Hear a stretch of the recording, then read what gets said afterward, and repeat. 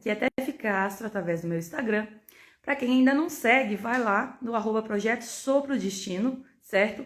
A gente está nesse momento em Goiás, fazendo mais um Rotina Mais Eco Menos Ego. O primeiro foi feito próximo daqui, mas no período de chuvas. Então foi a introdução do sistema no período de chuvas, foi mais tranquilo, não precisou a implantação de irrigação. A gente colocou a irrigação no primeiro projeto, no finalzinho da implantação, porque iria ser usado mais para frente, por conta das chuvas, não era necessário. Aqui não, aqui desde o início teve que se colocar a fita de irrigação, porque senão a gente perderia as mudas. Então eu mostrei agora há pouco, numa outra live que eu abri, como está os plantios, como está o projeto, porque a gente está concluindo ele e eu queria mostrar um pouco. Eu ia fazer um dia de campo aqui, mas com questão do tempo e mudança de local que eu vou ter que fazer, acabou que não vai dar. Então eu pensei, vou fazer online, certo? E aí eu quero falar um pouco sobre sistemas agroflorestais, um pouco do que foi feito, certo? Eu vou passar aqui o telefone para a Rafaela, que faz parte do projeto, eu e Rafa, certo? Inicialmente, o que eu quero falar? A gente acha que sistema agroflorestal é muito difícil, que o sistema de sintropia, que os agrossistemas realmente sustentáveis é uma coisa que não dá para funcionar, pelo menos é isso que a mídia tenta impor, dizendo que só o agro e só o químico, o adubo químico, os produtos de agrotóxicos que vão funcionar, mas não, a gente está vendo a mudança climática com força.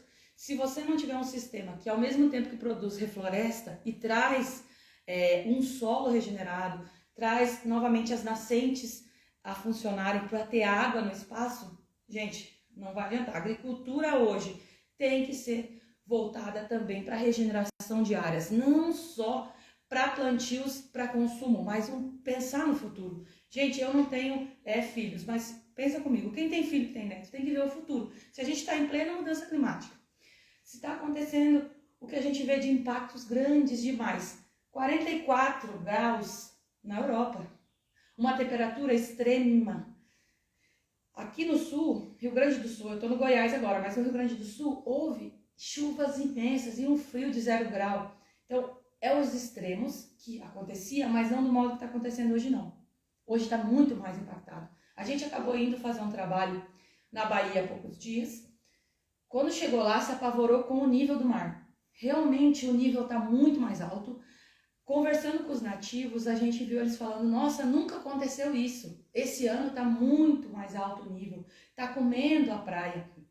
Comendo a praia no sentido de que você vai ver as estradas que ano passado, na época de chuva, você conseguia atravessar, hoje não atravessa mais. Já está tudo sendo destruído. Você vê muitas áreas sendo vendidas. Sítios sendo vendidos, casas sendo vendidas, porque a água está invadindo. O mar subiu muito o nível. Então isso é tudo mudança climática sim. Ela já acontece.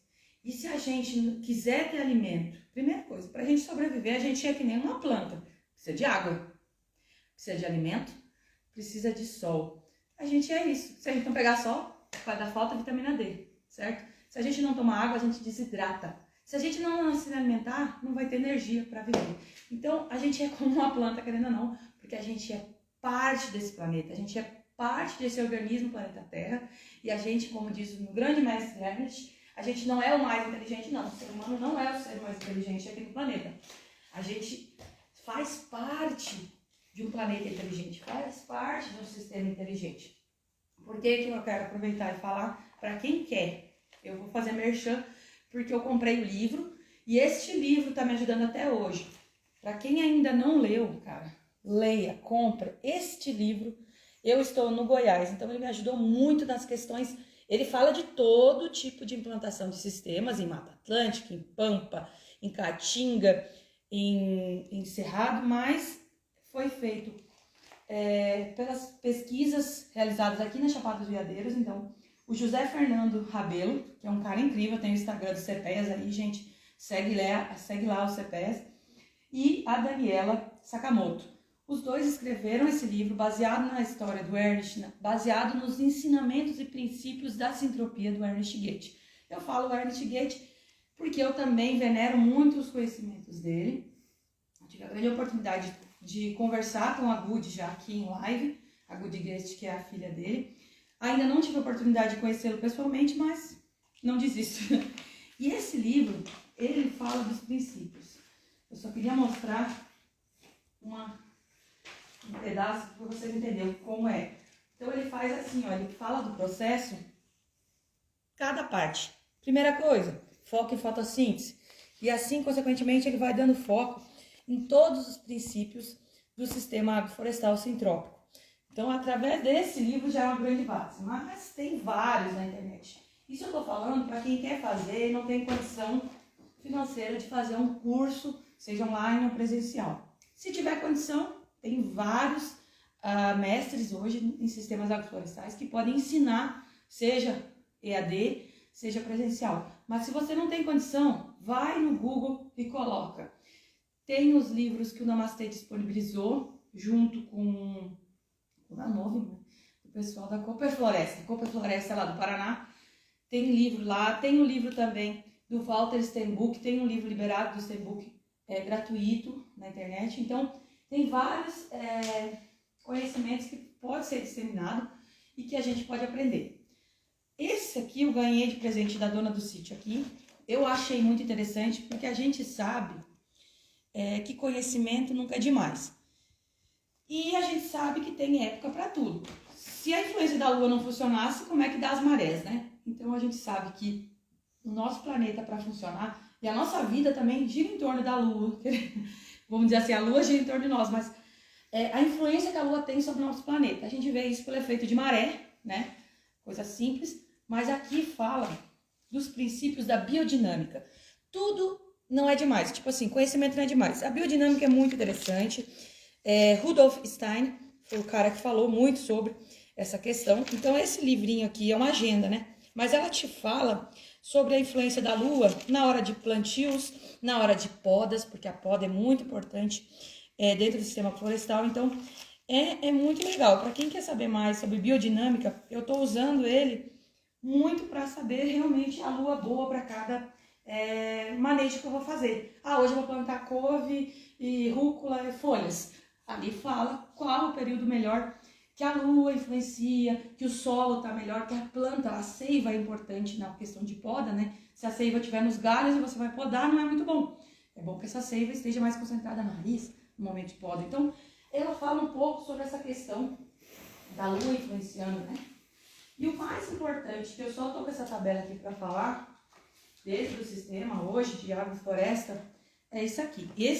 Essa tabela vem com o livro do Ernest, ou melhor, o livro do José Rabelo e da Daniela. Essa tabela, ela mostra extratos de algumas árvores já, para a gente usar no sistema, e também extrato de plantas anuais. Então, tem as perenes anuais, eles falam os extratos. Só estou dando uma ideia de que conhecimento, se você quer fazer o sistema, você não tem desculpa que, eu não sei fazer, só pesquisar. Hoje tem muito mais conhecimento que na época que eu queria aprender. Quando eu vi falarem lá na novela, sobre agricultura sintrópica, quando o Ernst apareceu até na Globo, através da Velho Chico, eu fui buscar o que era agricultura sintrópica, o que era agrofloresta, e eu achei pouco conhecimento, pesquisando no Google mesmo, achei muito pouca coisa. Hoje, se tu botar no Google, tem muito mais, tem muita gente passando conhecimento, então tá muito mais fácil. Aqui o que eu queria mostrar como é um processo de introdução numa área, tá? Eu tenho mais um canteiro para plantar ali, que é o último. Como é que é o processo de fazer esse canteiro? Primeiramente, eu pergunto para a dona, o que você quer consumir? Porque aqui está sendo plantado para consumo. Depende a demanda. Você quer para consumo? Você quer para venda? Para fazer uma agroindústria? Depende para qual a finalidade do seu plantio. Aqui é para consumo familiar e o excedente pode ser vendido em feira, então, porque vai dar um excesso ali, porque foi feito canteiros muito grandes.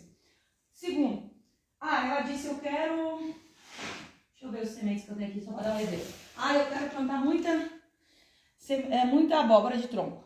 Pronto, eu já separo as abóboras de tronco. Eu já separo o quê? Os outros... eu quero rúcula. Eu quero beterraba e cenoura. Tá entendendo? Então, ela me diz o que ela vai consumir mais, o que é necessário para o sítio aqui, e o excedente também. E nisso, eu vou montar, então, como vai ser meus plantios. Eu defini o que vai ser plantado. Beleza, eu vou ver como é que tá o solo. O certo é análise de solo, para a gente ver qual o grau de impacto de compactação, qual a acidez daquele solo, para a gente fazer essa correção.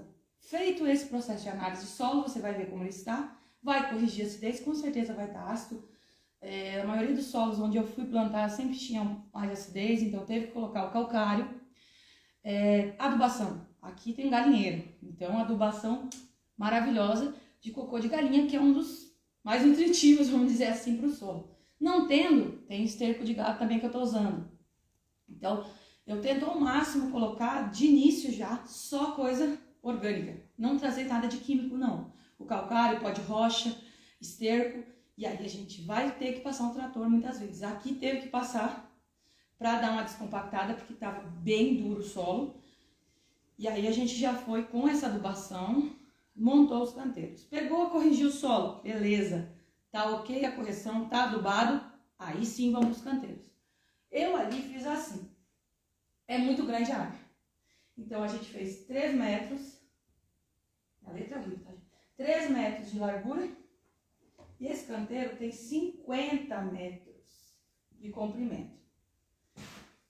Depois que eu já vi medir a área, isso foi feita a metragem da área, delimitado quanto que ia ser de canteiro. Isso de canteiro de comida, tá? Vamos botar assim como anuais. Aqui no lado, para a gente poder manejar, eu já coloquei o quê? Uma entrelinha, né? Entrelinha. O que eu coloquei na entrelinha? O que eu gostaria de ter colocado em todos foi mombaça. Mombaça. Como não tinha suficiente para todas as entrelinhas, eu acabei colocando milheto, que não vai ser desperdiçado, né? A gente pode utilizar o milheto, então não tem problema. Depois da entrelinha, eu coloquei o quê? Para alimentar esse canteiro para o futuro, para não precisar estar trazendo madeira de poda de fora, para não precisar, para cobrir o solo, né? Para não precisar estar buscando folhas e outros materiais, compostagem, eu já quero colocar adubadeiras. Então aqui eu fiz adubadeiras. Quais adubadeiras? Eu tenho elas aqui para mostrar para vocês. Aqui está a mamona. Vou mostrar a semente para vocês terem noção. Quem não conhece, a gente não conhece mamona. Então, essas aqui, vou colocar lá, que a mamona é muito boa. Ó, mamona foi colocado na área. Eu coloquei, porque aqui é um sítio também da família, vem visitar, os amigos, então também quer um pouco de beleza na plantação na área. Então eu coloquei girassol. Girassol. Deixa eu ver o que mais eu colocar. Eu coloquei crotalária no cuna, vamos ver se eu tenho para mostrar para vocês. Acho que tem. Aqui é a crotalária. Isso aqui é o paraíso para adubação. Melhoramento de solo. Aí. Crotalária. Tem uns café caído no meio, mas é crotalária aqui. Tá? E a mucuna. E também eu coloquei margaridão, aquela flor linda, amarela. Ó, mucuna aqui. Então, essas foram as adubadeiras. Vi o extrato de cada uma e fiz o consórcio das adubadeiras. Essa, então, foi colocada mamona. Nossa, a letra é horrível, hein? Nossa senhora. Pera aí. Mamona, mucuna, crotalária.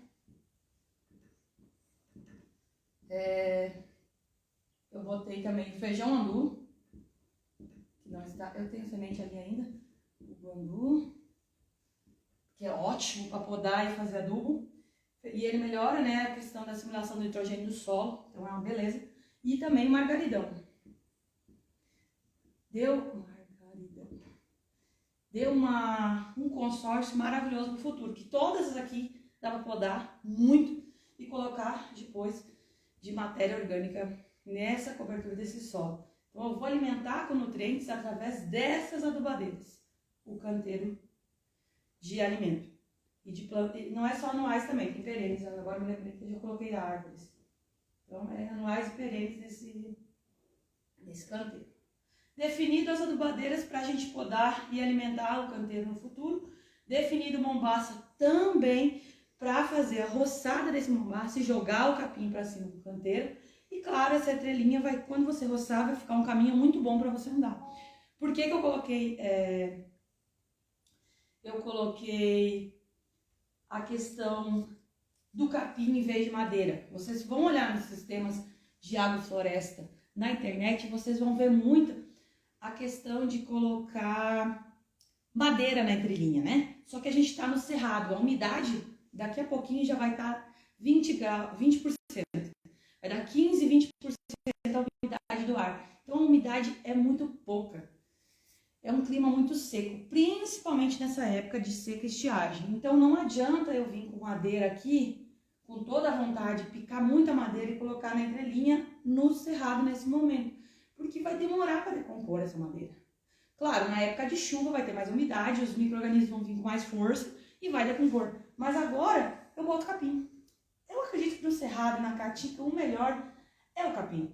Você utilizar na caatinga uma braquiária, uma mombaça, outro capim que seja, mas que seja para cobrir e ao mesmo tempo alimentar o canteiro. Definido isso, deixa eu ver se eu acho os desenhos que eu já tinha feito. Só para vocês terem ideia. Ó, como é que eu... Fica engraçado meus desenhos, mas é isso aqui. Vocês vão ver na internet todo bonitinho com o desenho das plantas mesmo, né? Mas eu faço assim. Então, eu defino os canteiros. Antes de tudo, eu vou ver o extrato. E aí faço isso. Pra quando eu chegar lá na horta... Ó, esse aqui é o outro. Das 3 áreas. Eu chego lá e já sei qual que eu vou plantar em qual. Bom, isso aqui foi o que eu planejei para botar lá no canteiro. Deixa eu só achar o que eu fiz por último. Aqui, ó. Qual foi o consórcio que eu fiz lá por último? Eu vi os extratos, eu já vou mostrar a tabela de extratos, mas já que está desenhado, eu vou colocar o que eu plantei nesse último canteiro. Eu botei feijão.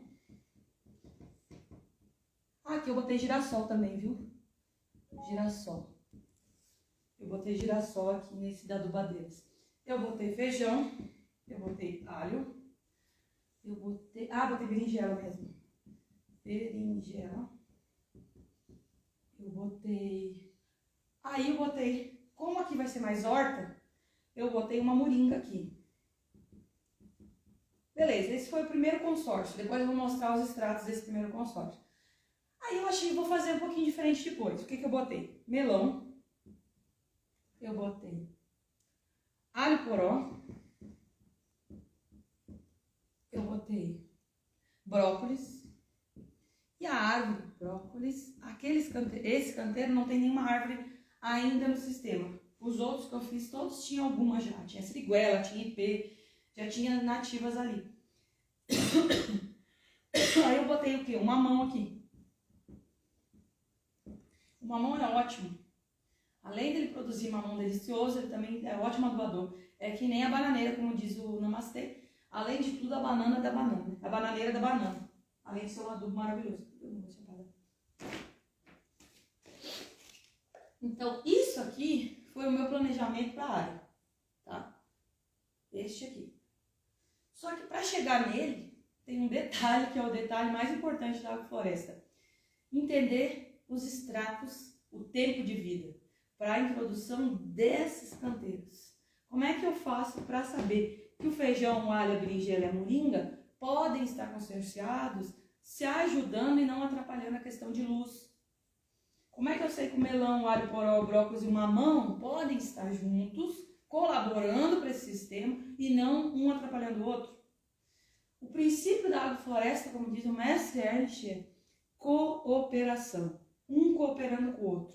E a gente recriar o que a natureza já faz. Se a gente for ali fora na mata, não vai ter um só tipo. Vai ter várias plantas e cada uma ocupando um espaço dentro daquela mata. E nenhum está atrapalhando o outro. Cada um está esperando o seu tempo de crescimento, o seu tempo de produção. Então eles estão cooperando. Então, feito isso aqui, isto já é o que vai colocar na terra. Já é como é que a gente vai plantar. Mas antes disso, tem um detalhe muito importante do sistema. Deixa eu apagar para mostrar para vocês. Antes de fazer esse desenho aqui, eu tenho que descobrir os extratos. Como é que eu descubro? Pesquisando. Aqui eu tenho a tabela. Essa tabela do livro eu utilizo muito. O que a gente já sabe de cabeça, tipo, mamão a gente sabe que é extrato emergente, o milho é extrato emergente. Mas o que a gente não sabe, a gente tem que pesquisar, não tem jeito. Vai na internet, caça, ou se você tem acesso a um técnico, a um consultor, ele vai te passar a informação disso. Deixa eu só achar para vocês que também tem aqui dentro essa questão da luminosidade. E para eu explicar o extrato, eu tenho que explicar a incidência de luz que cada planta necessita. Só um minutinho. Para eu mostrar que no livro ele fala dessa questão. Cadê? Um minutinho. Aqui. No livro você vai encontrar também. Mas na internet você também encontra. Se você botar na internet, você vai achar. Eu vou recriar do livro, tá? Me perdoa, Fernando Rabelo, me perdoa, Daniela. Mas tipo aqui. Vamos fazer de conta que tem uma floresta. Eu não sei desenhar muito árvore, eu vou fazer todas assim, tá? Certo? Mais um arbustinho aqui. Vai ter mais um aqui lá em cima. Ok? Aqui, então, é um mini bosque, certo? Pra gente entender o extrato é o quê? Essa daqui, vamos dar um exemplo, é um eucalipto. Não tá com cara de eucalipto, mas vamos fazer de conta que é um eucalipto.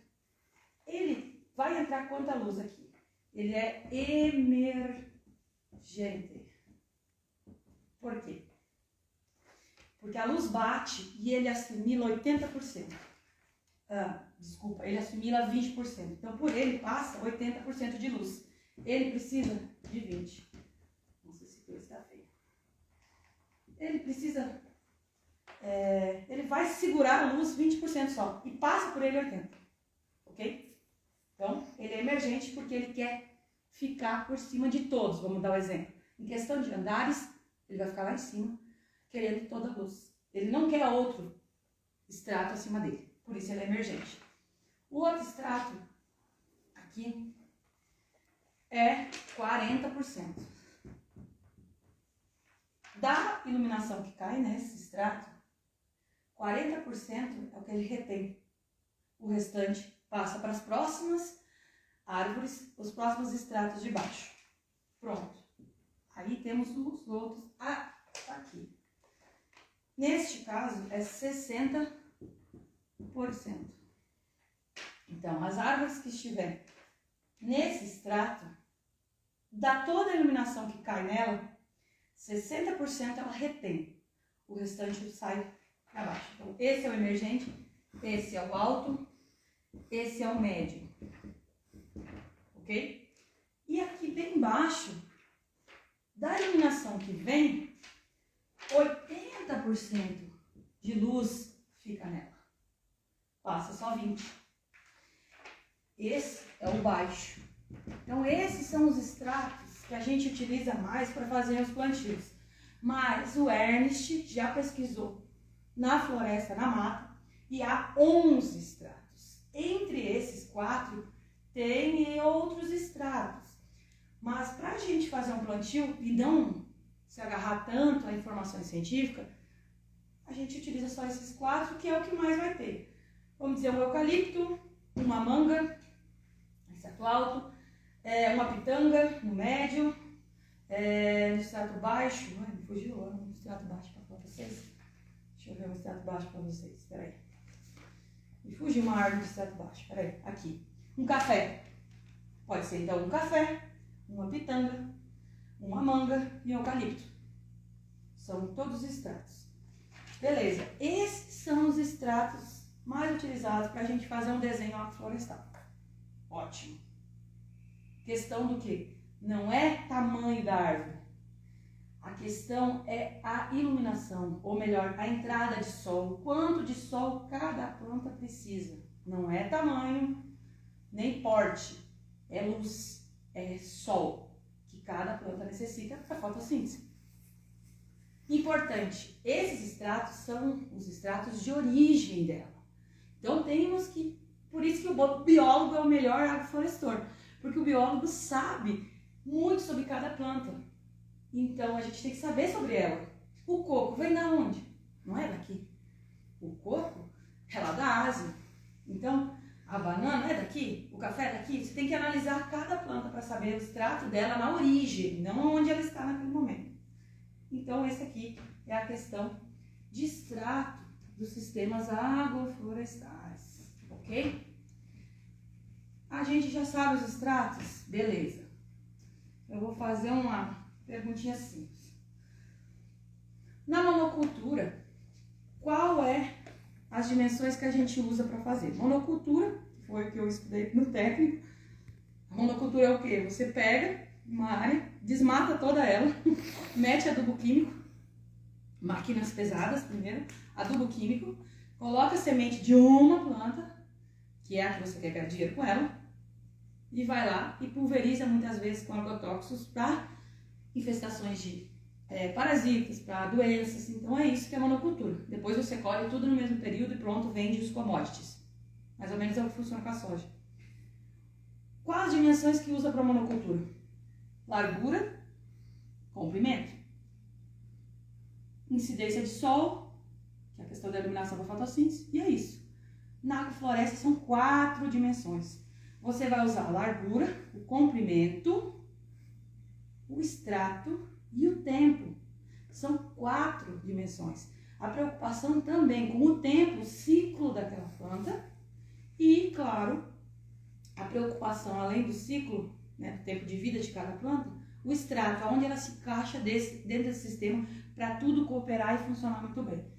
Então, dentro dessas 4 dimensões, para fazer um sistema agroflorestal funcionar, você tem que saber isso aqui. Antes de eu fazer aquele desenho que eu mostrei, já pronto para plantar, eu preciso dessa tabela aqui. Eu aprendi com a Mastela. Mas é muito importante essa tabela, porque eu fiz o curso pela UFSCar, na Universidade Federal de São Carlos, o curso de ATER. Então lá a gente aprende muito, cara, é muito bom o curso, né? Pela UNEA UFSCar. E aí a gente aprende isso aqui, ó. Extrato, que a gente já sabe o que é, né? E o tempo. Essa tabela é o que nos ajuda para introduzir o sistema. Tá? A gente já sabe os extratos, agora a gente só botar aqui na tabela.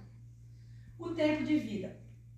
Para introduzir um sistema e você ganhar dinheiro logo no início, eu já começo a colher com 45 dias.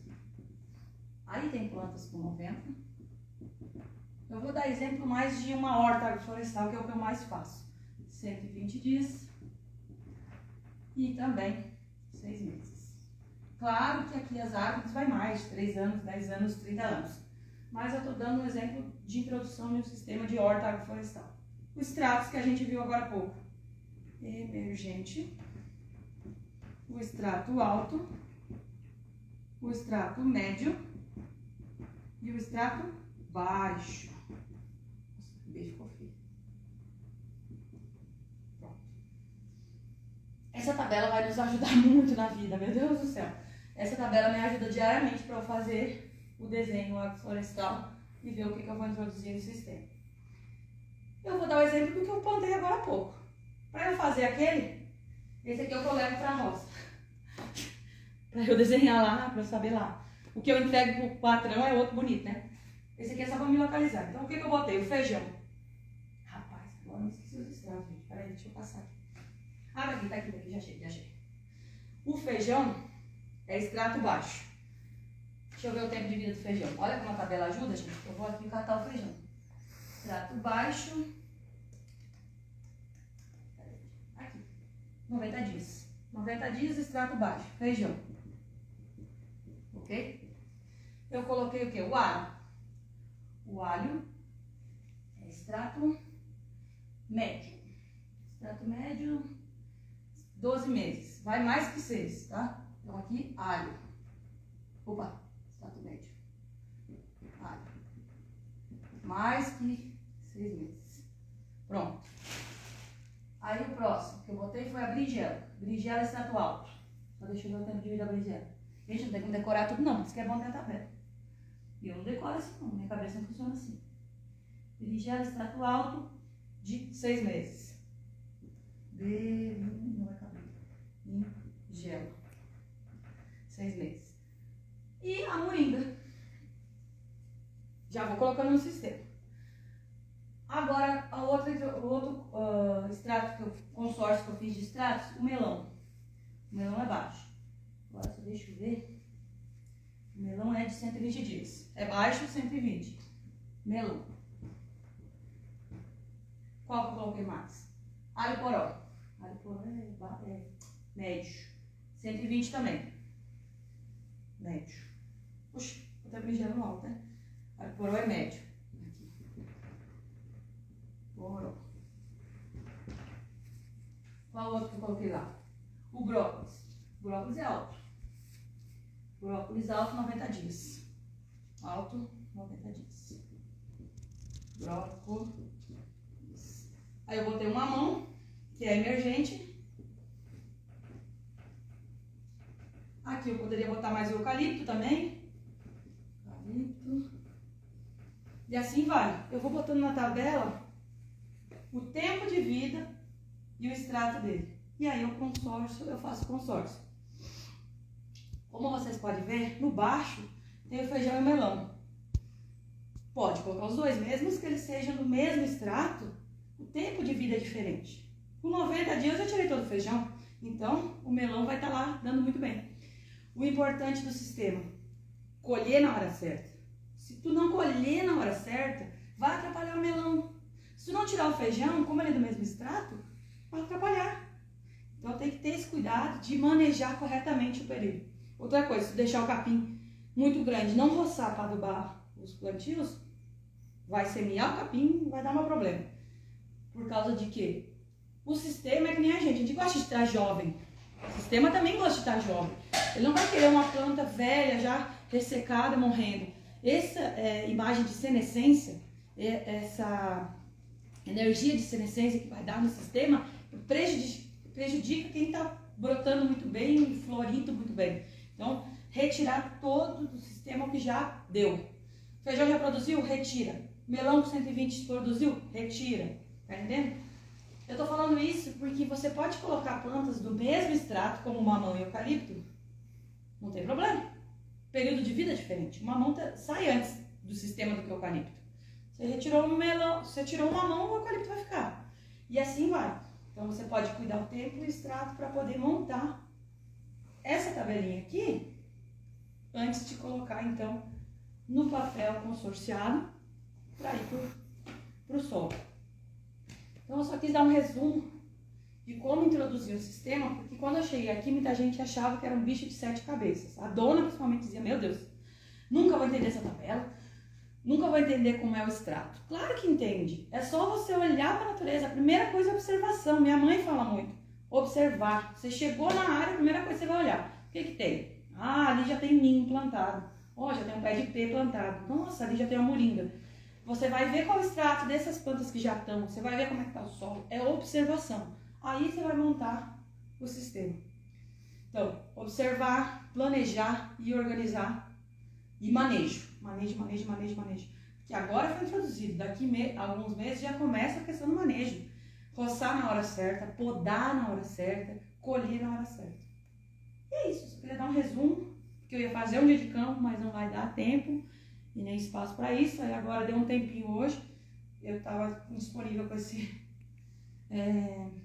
quadrinho aqui. Aí eu pensei para mostrar a questão da tabela, a questão dos extratos, para mostrar que o sistema agroflorestal funciona, que não é tão difícil, é simplesmente ter paciência e compreensão de como a natureza funciona, tá?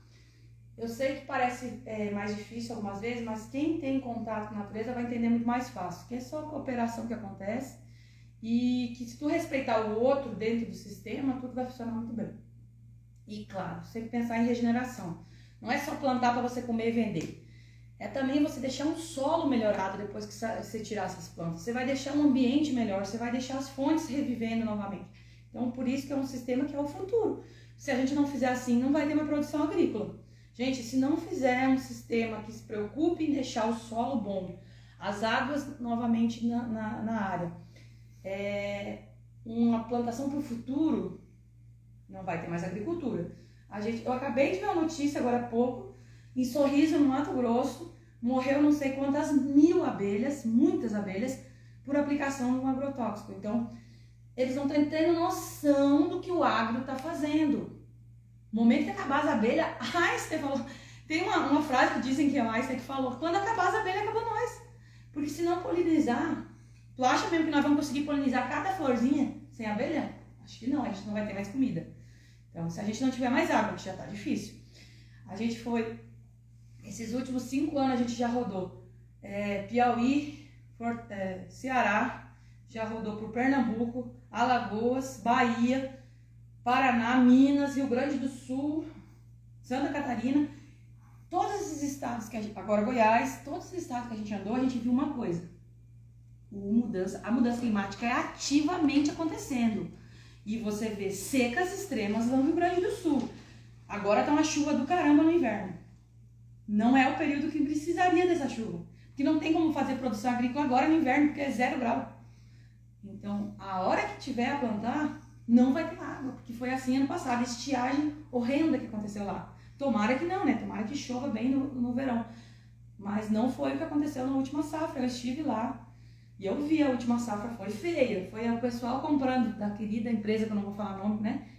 Mas a empresa que fez uma modificação genética na soja e disse que ela é intacta a tudo. E o que aconteceu? Não deu a produção que disseram, não.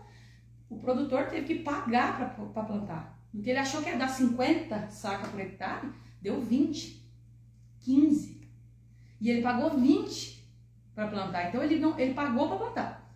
Ele não ganhou, ele não lucrou. Então é pessoas que estão passando muita necessidade nesse achar que o agro funciona, mas o agro não vai funcionar mais.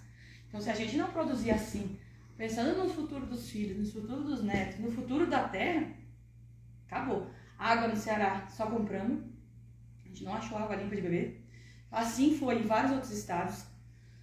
Tá perigando lá na Bahia também, alguns lugares não tá dando para consumir água, tem que ter comprada, sabe? Rio Grande do Sul, pode esquecer de tomar água da torneira. Então, aqui no Goiás ainda tem uma grande oportunidade, que a gente tem muita água aqui no Goiás. Cara, você poder ir tomar água dentro do rio, que é limpo o rio aqui. Então, se valorizar uma área de cerrado, não ter queimadas, porque a gente sabe que muitas queimadas são trópicas, é a gente que está prejudicando, que a gente bota fogo. No caminho de Barreiras, que a gente veio da Bahia, de Barreiras, Luiz Eduardo, até um trecho do Goiás, não tinha um pé d'árvore. Sabe o que é não ter um pé d'árvore? Eu botei vídeo aí. É só descampado, que era soja, algodão e pronto. Estavam colhendo algodão agora, quando nós passamos. Então, cadê as árvores? Nós viemos de ônibus. Dentro do ônibus o povo dizia, meu Deus, liga o ar não tá funcionando. O ar estava ligado, o ar-condicionado. Mas não aguentava o calor que estava lá fora. Sem árvore, como é que vai ter vento? Como é que vai ter chuva? Não tem. Então, agora há pouco eu estava falando com o Bia também. Lá em Nilo Peçanha, tá 2 semanas sem chover. É uma área que chove muito bem. E neste período, eu já estive lá nesse período, chovia. Não tá chovendo. 2 semanas sem chuva. Ele não estava preparado, ele estava comentando que ele não colocou irrigação, porque ele tinha na cabeça que todo ano chovia nesse período. Então, não tá dando mais para ir na onda de acreditar no como era o clima, como eram as estações. A mudança tá aí. E vamos produzir agrofloresta, né? Bora agroflorestar.